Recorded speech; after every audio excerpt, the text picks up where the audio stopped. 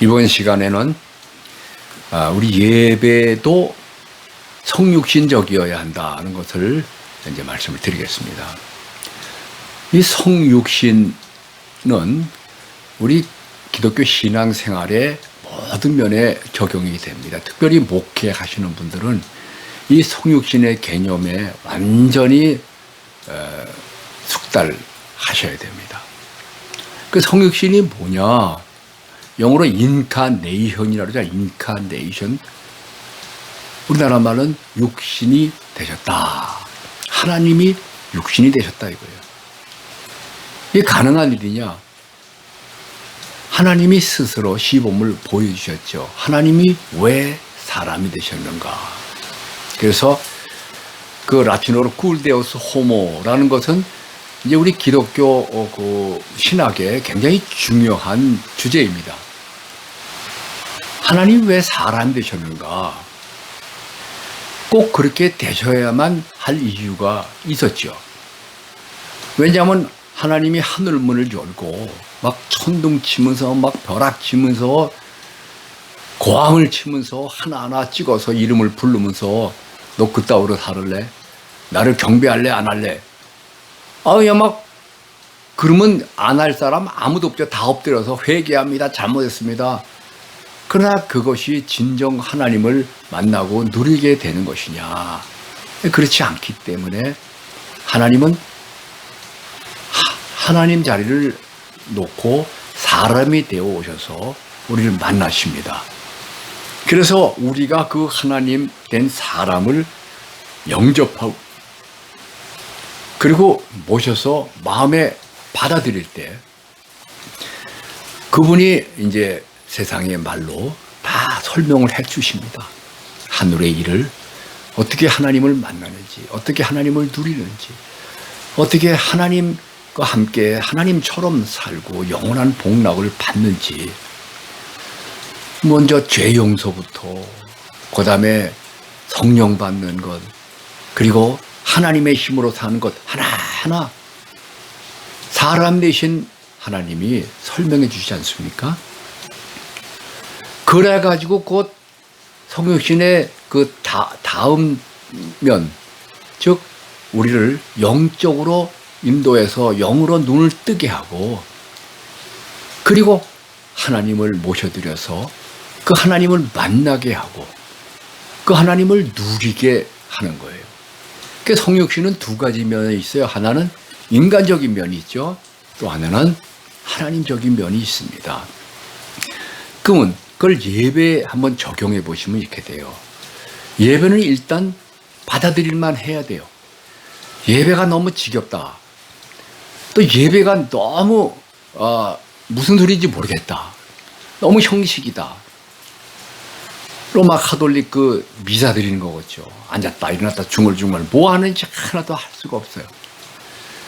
그럼 거기서 그 하나님을 만날 수가 있겠느냐. 뭐 그들은 하나님 만난다고 하지만 우리가 생각하는 것과는 좀 다르죠. 그래서 먼저 받아들일만 해야 돼요. 예배가 참 그 무게가 있고 그리고 또 예배를 아주 정말 준엄하신 하나님을 이렇게 느끼게 만들고 그리고 감동을 받고 또 재미도 있어야 되고 그래서 우리가 찬양도 하지 않습니까? 찬양이 일단은 감동이 돼야 돼요. 찬양이 재밌어야 돼요. 무슨 소리인지 잘 알게 돼야 돼요. 그러나 그것으로 끝나면 그냥 육신으로 마치는 거죠. 그 다음에 그것을 통해서 하나님을 이제 막 경험하게 되는 거죠. 거기까지 가야지 이게 예배가 성육신적으로 되는 겁니다. 그래서 다시 말하면 인간이 약하니까 일단은 재밌어야 되고 즐거워야 되고 그리고 또 그 다음 단계는 좀 아주 거룩한 면이 있고 감동이 있고 그 다음 단계는 하나님이 보여야 되지 않습니까? 그래서 하나님으로 넘치고 충만해서는 그리고 하나님과 함께 각자 처소로 돌아가는 거예요. 이것이 예배가 하는 일입니다. 설교도 똑같습니다. 설교도 성육신적 요소가 없으면은 그 설교는 실패하는 거예요. 많은 목사님들이 육신적인 요소는 관심을 가지고 하세요. 어떻게? 아주 재밌게 합니다. 감동적으로 합니다. 뭐 어떤 목사님은 뭐 노래도 하고요.